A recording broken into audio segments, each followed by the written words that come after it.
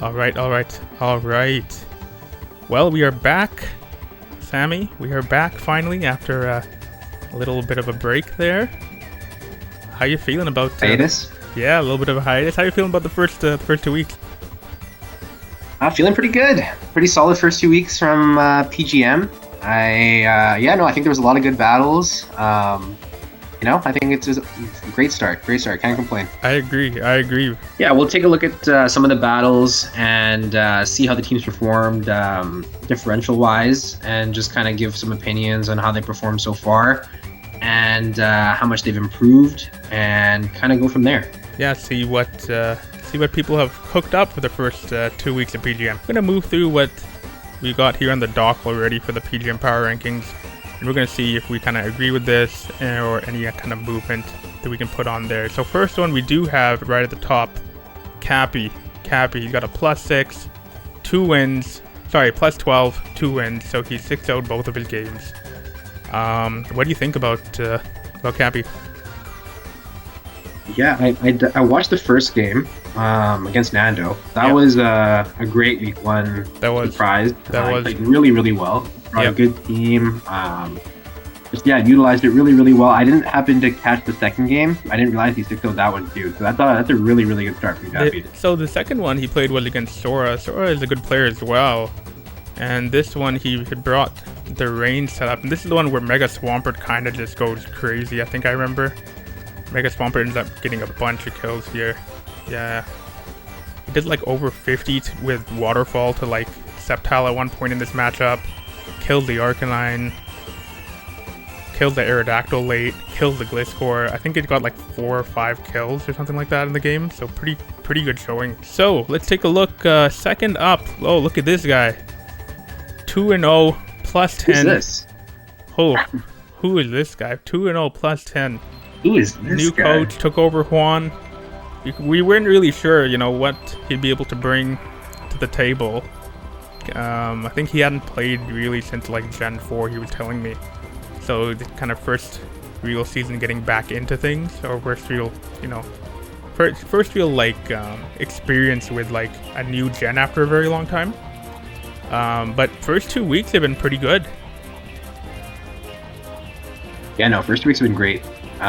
This last week, I thought I watched the game. It was he played really well. The Iron Defense set on Melmetal was a really good bring. Yeah, I agree. It honestly, like, there was a point where I thought he was in trouble after that Gouging Fire DD'd. Yeah. And then he just completely flipped it around with the Terra and the Iron Defense. He tried to go crazy with it at the very beginning, which may have been a little bit but.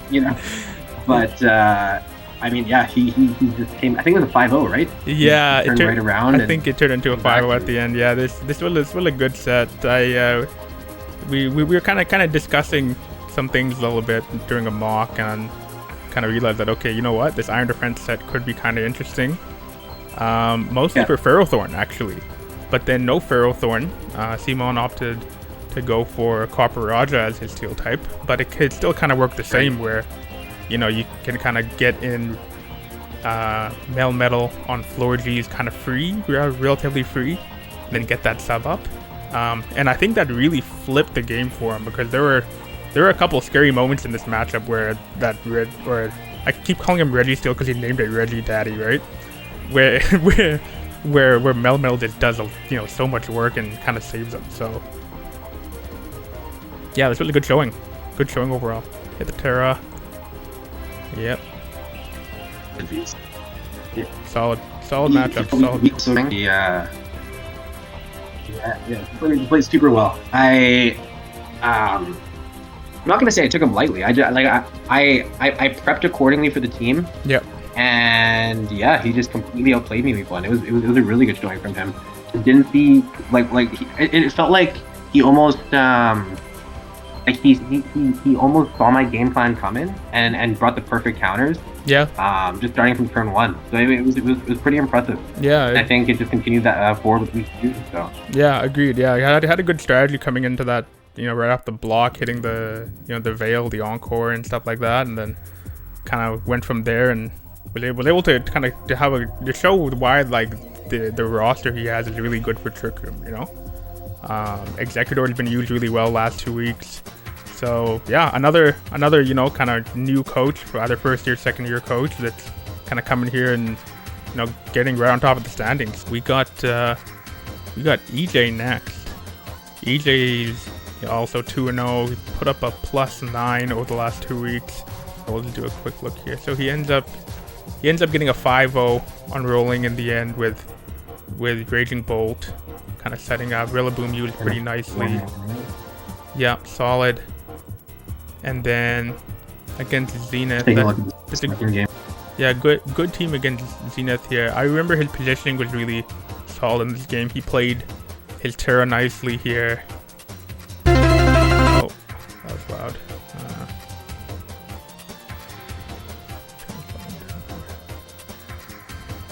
That always causes me jump scares, man, all the time. I'm trying to watch a replay, like, bro, all the time. It blasted me in the ear right now. I'm like, holy Jesus, it's loud. It's super loud. Yeah. He played well. I'm watching the start of this game. And he the pressure was put on early. The first like 10 turns or so, I felt like Zenith was kind of in command, and then I'm trying to see how it got turned around. Yeah, he doubled up on the screens. He got his Trick Room up. He got Escavalier under the screens. And then... He got 2 pretty massive kills. Yeah, that is... Escavalier did some good damage, and yeah, it was well above 50% there. Rangu comes in again and gets sacked. Rillaboom hitting the Terra was pretty good there, pretty clutch to be able to survive. Big turn. Yeah, because Darm wouldn't be able to break at that point. And then you're getting the passive recovery as well, right? With the grassy terrain. You get the Trick Room again. So I think it switches really well. So Zenith went for the full-on Trick Room build, right? He had 2 Trick Roomers there. He had 2 guys to kind of abuse the Trick Room. I must have been a very slow Darmanitan, maybe built on purpose to be like, again, usable under Trick Room. Yeah. Maybe he wanted to underspeed the Rillaboom. Yep. And maybe even the Tentacruel. Yeah. Raging Bolt got a good kill there on Sinistra there. Trick Room. He brought Trick Room and Tailwind. Wow. Yeah, he did. Very interesting strategy. I'm not the biggest fan of Tailwind in singles. I don't think you have enough turns to do anything. Now maybe yeah, you get 3 playable turns, right? Right, like it's especially like if your Tailwind guy is not also like a wind power dude, like Shiftry or one of the other guys that like gets like a huge buff from something. Then if you like your turn 1 is Tailwind, your turn 2 is wasted, you turning out, then you got 2 more turns which can be kind of stalled out pretty easily. Like, yeah, I guess maybe if you can get the like eject button on it.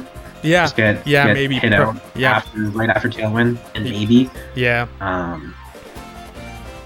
Yeah. The control is important, so maybe he was fully committed to it. Yeah. I guess. Yeah. I had the options one way or another, maybe to do something, and this is where if he had Terra on King Gambit, this is where +5 Fallen King Gambit, if he had that, maybe he could still pull something off. Especially he had Terra Fire, I think. Yeah, he had Terra Fire, right? So in this situation, you could Terra Fire, live the hit from Hawlucha, right? Kill that thing. Rillaboom can't really priority kill you. And then you're kind of into a 50-50 maybe with the Raging Bolt a little bit of if, what it's going to use. If you Sucker Punch, you could kill that thing. Decent position against Delphox. It might not be able to kill you, right? Like, potentially... It ended up being a really close game. Yeah, it actually did. 4-0, pretty solid. But yeah, could have been close if Terra was preserved, right? Next, we've got we have Goose. Goose is up next. Mr. Goose. First 2 weeks of Goose were somewhat interesting. Match versus Roman. We'll go deeper into that in another video for sure. That was a good, solid one. We're gonna have full recaps of our videos or our matches going up on the channels, so we'll do deeper dives into those. And then my week 2 was against Kev. So I played Kev week 2, played Roman week 1, ended up with a +9 overall, Next we have another new coach, Hudis. He's 2-0, +9. We were talking about his game 1 a lot. His game 2, he did some other strategy with Sandstorm into a Terra Rock Avalug to get the Spadef boost, which is kind of interesting, kind of cool. But I did see that, yeah. But the game 1, I think, if you want to quickly look at this one, which is interesting, mainly because he kind of showed off what we were talking about in our original tier list video of this defensive core just being kind of stupid. Where he's got Claw Desire to sit there, eat the hits. We'll go speed up a little bit. Gets his rocks up there. Toxic. Able to kind of just chip things down. Again, Toxic this thing, able to chip this thing down. You know, 854% from a Sandy Shock's Earth Power. You know, which is pretty crazy. And then again, you got the rotation of Corviknight to go in there, Tauros to eat the hits from the fire types in there. And then he used Galar. I'm only turn 12. Sorry, what was that? I'm cringing and it's only turn 12. So yeah, defensively put on a really good showing here with this whole core. It pretty much just stifled anything Zenith was able to do. It was gross. This was such a good core, man. This is a crazy defensive core. That week 1, week 2, I think maybe Hudis was memeing a little bit with that, you know, Sandstorm Avalug, you know, matchup there. I mean, hey, it ended up being a pretty good check against that Diancie. It did. Yeah, that's true. I can't hate on a strategy that works. You know, I can't hate on a strategy that works. It did pretty well. Who did he face week 2? Week 2 was against Art. It was against Art. Oh, Art. Okay. Yeah. I mean, it was more of the same. I would say he played the defensive core really well. He did lose the Claude. I noticed that he lost the Claude, I think, earlier than he wanted to. But it obviously didn't end up. The thing is, he ran a little bit of an interesting set with the Claude. It had no attacking moves. I think it was Toxic Spike, Sandstorm, Recover, and some other move. Toxic. Was it Toxic as well? We'll see. It'll show up in a little bit. This was kind of the defensive matchup where there wasn't really too much happening for the first 20 turns in. We got no one dead yet, right? Every single mon is alive. 20 turns in, but different progress has been made to burn over there. Finally, we lose the first mon on turn 21 in this one. Is there no fire move on that Terminator? I guess not. No. Rapid Spin, EQ, Will-O-Wisp, Protect. Interesting set. Oh, okay, so here we are. Hold on. Okay, so this is the kind of the moment of the battle. So he had the Sandstorm up. He swaps in Avalug, right? I don't know why he didn't Terra right there. Maybe just to make sure he didn't get hit with a grass move. But then he Terras here. Well, there. He might have just calced the damage on Pickle Beam, knowing it wasn't spec. True. Then he Terras there. Then he also probably could have missed the Leaf Storm, right? Just in case he did go for it. Yeah. I was thinking that might be the thing. So now I don't know exactly what the Avalug ended up doing. I just remember thinking that he pulled off the strategy of getting it. It didn't actually do anything. I'm just remembering it because he just launched the what's it called? So like the Diancie ended up calm minding, right? Yeah. Which I mean, the Terra ended up being a little useless, he got the Gyro Ball kill on it, which was kind of cool. Yeah. But, oh yeah, right there. Right. Yeah. Okay. So this turn, I mean, he's still expecting a Power Gem, right? Yeah. So it does get the one kill, which is good. I just enjoyed that, something unique. That's not something you really see. You don't really see Terra Rock for 1, and then 2 seeing Terra Rock Sandstorm is kind of cool, right? With that 1.5 times for that. I'm assuming it was this thing with like max HP attack or something, or max HP max def, something like that. I think considering the damage because it did like 44% to base Diancie with Ice School Crash or something like that. Did it? Which is pretty ridiculous. So with that, yeah. Oh, you're right, 44. Yeah, right, 44%. Oh, that feels more like a max attack then. Yeah, that feels like a max attack because Diancie has like 150 defense, I think, still before it goes mega. Until it yeah. So yeah, 44 is high. So he probably did max HP, max attack then with then he's getting his own Spadef boost from the sand to make it tanky. So I kind of liked the idea that Artman had. He brought Protect on 2 Mons. I mean, I get what he was kind of going for, I guess, right? Just trying to stall out the stall, right? Just play the PT game. Yeah. Did he have Toxic? I guess not too much Toxic, but Will-O-Wisp and Will-O-Wisp on there. So, right idea was there. Yeah. I agree. I think there was. He had a strategy in there to try and break kind of like the defensive core a little bit. Yeah. Maybe didn't end up executing it as well as he had hoped. This damn thing, above Ubers for a reason. It just comes in, it clicks a button, it kills something. It's got like what, 135 base speed? Is that what it is? 135? It's like yeah, that sounds right. 135 base speed, 135 base special attack, boosted by its own ability, boosted by the terrain, and then it starts nuking things. Like it's disgusting. He has a disgusting core. He's gonna definitely be one of the. It's one of those teams where everyone that faces him is gonna have to come with like a very specific plan. Yeah. Very specific counter. Yeah. And the thing is, not all teams are gonna have that counter. Like, agreed. You know what I mean? Like, it's not just easy to have a Miraidon counter. No. So, it's tough, but he's looked great so far. Yeah. And differential wise, he's 6. I mean, he's number 1. Yep. But, yep. Plus, it's still gonna be so tough to debate these top teams, bro. Oh, 100%. I think it's still way too early. It's 2 weeks of sample size, right, that we've got.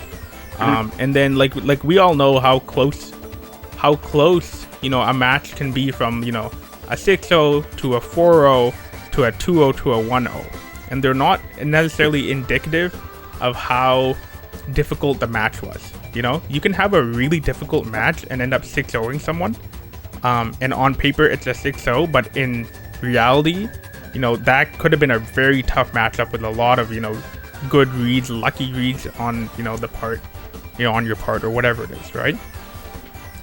Agreed. Who do we have? Okay, we've got Sean coming up.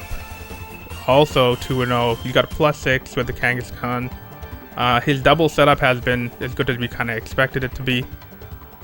And I think he's been playing pretty well on the whole. Let's pull up some stuff real quick. Yeah, week 1 he played Nando. I think he destroyed Nando pretty badly. And then week 2. What is week 2? No, week 2 he played Nando. Week 4 or week 1 he played Wisp. Right. Sorry. Right, Wisp. Right. I read it wrong. So the Wisp one is here. The Wisp one was the 4-0, and this is where Mega Kangaskhan goes crazy. He had the Trick Room Cresselia. Pretty much everything we talked about, he's been using well. Intimidate, he's got Azu sitting there. And then this Nando. Yeah, this Nando matchup was good. He had, the Mental Herb Crest to make sure he guaranteed gets up to Trick Room. Right? He's got the Rhyperior under the Trick Room, who's obviously a beast. 140 attack under Trick Room. Helping Hand EQs, I think it is. Or Rock Slide, Helping Hand Rock Slide. Right, good setup. Yeah, there was only so much Nando could do at the end there. The coaching for the DD was nice, but Mega Kangaskhan in the back just dealed it. There's nothing Gengar could have done. There's nothing he could have done. He could have got to the end of it. 2-0 there on Nando. Next, Purrs again, 2-0 again, +6. He has Rotom MVP. How did Purrs do? Purrs played Boonty week 1, and then Purrs played. It's a good game. What do you play week 2? With? Yeah, the Boonty match. Obviously, Purrs wanted some payback for last season Destiny Bond, and this was a good match. We played a doubles match that week 2, eh? Yeah. Purrs like singles more. I want to quickly see this double. Yeah, take a look. I'm just playing back the week 1 matchup. A lot of positioning kind of stuff going on. Purrs is playing his Mon very well. I think this was an Assault Vest Luxray, if I recall correctly. Mountain Gale. I don't don't even know what that move does. Mountain Gale, that's Avalug's signature one. Technically, it doesn't do anything. It's so slow, but it's under Trick Room. I think it can flinch. I think it's something like that. Okay, never mind. So like 100 base. So Boonty does get his Destiny Bond in here, you know, in typical fashion. He does the Iron Valiant Destiny Bond just to catch the Nido Queen. That's his signature now. Which is good, the signature. And then, yeah, right here, Nasty Plot Lucario. Technically, Nasty Plot Lucario could have done it, I think. If that T-Wave missed a second time. It missed the first time, and then the Aura Sphere just didn't kill. Good set, though, from Purrs, being able to have T-Wave and Toxic both. So you have speed control if you need the speed control, and then throw the Toxic off on the bulky Mons, right? So good win here against a good player. I think that's a really good showing. What did you see from this second match? I think Wisp had the upper hand halfway through the battle, and then he pulled it back really well. He made some good reads. There's a turn in particular where the Go Villain on with affected, and then Jirachi targeted the Avalug, but he protected the Avalug and then killed the Jirachi. So that was a big turn, and then kind of turned it around from there. This is the turn I'm talking about, where the Go Villain protects, the Avalug protects, and then the Jirachi targets down the Avalug. He makes a really good read there, and I think that's kind of like the breaking point of the battle here, because then you can quick Terra on the Rotom, and yeah, I mean he brought some really good stats. Yeah, but yeah, I think debatable where you want to put him. Yeah, I think this Endeavor was a solid bring. Managed to get so much damage off on Jirachi there, keeping it alive. Got the Terra off. Solid. Okay, next up, Polar. Yep, 2-0. Not too surprising that he's 2-0. +6. I think both of his matches were really good matches as well, if I remember. He ended up playing Chirico in doubles week 1. And then week 2. Who did he play week 2? Where is he? Played Kingston. Oh, Kingston. Okay. So you know what? I'm gonna leave the week 1 match. I think it's just kind of usual kind of stuff for him, which is good gameplay doubles. This one I think was a really big one. I think both Polar and Kingston I think are both pretty top tier in terms of actual gameplay, understanding Mons and everything.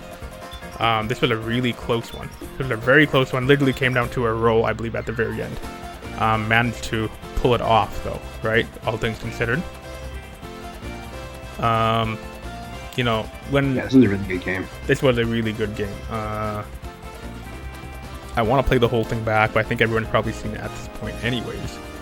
But a lot of good positioning, a lot of good reads back and forth that happened. Some 50-50s, and then of course in Pokemon fashion, the rolls sometimes swing one way, they swing other ways, right?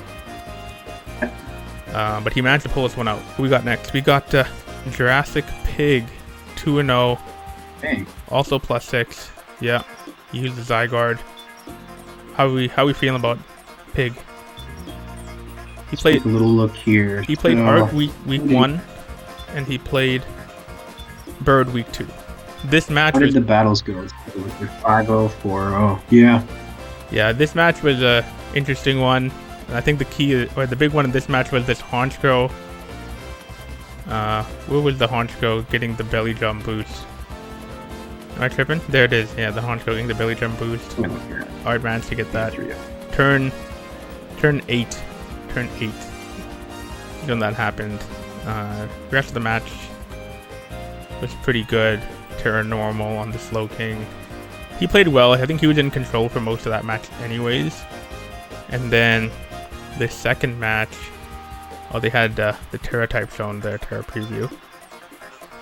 Oh, interesting. I think they did that by mistake, but that's okay. He had the E-Speed, Taunt E-Speed on Arceus is kind of cool. You just sweep with it? No, he doesn't. Damn. Right there, yeah, Deoxys manages to break it. Then he had the Shedinja. I don't think I actually fully saw this match.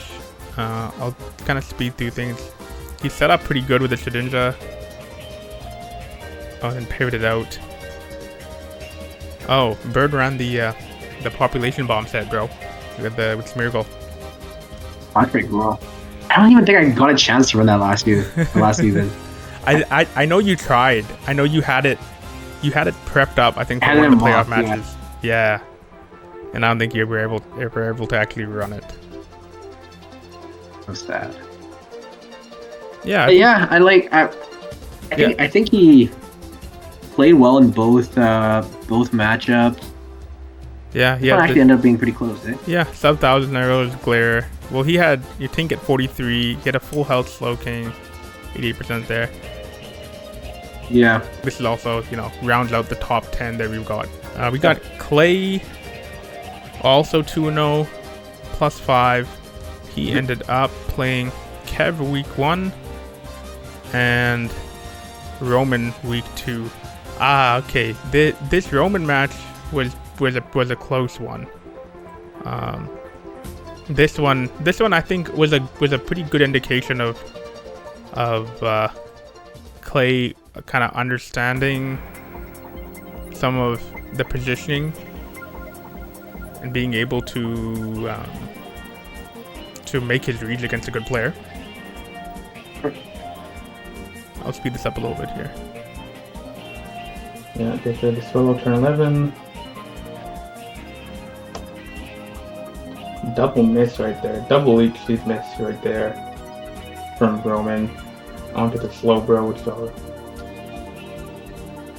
little annoying there. He would be able to get some chip heal. I think that first leech seed might have gone in the 25% range. Maybe, and then we have to leech seed protect.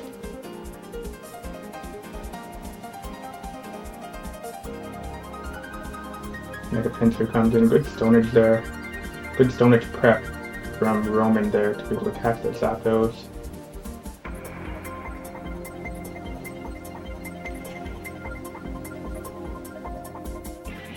That comes in, eating some hits.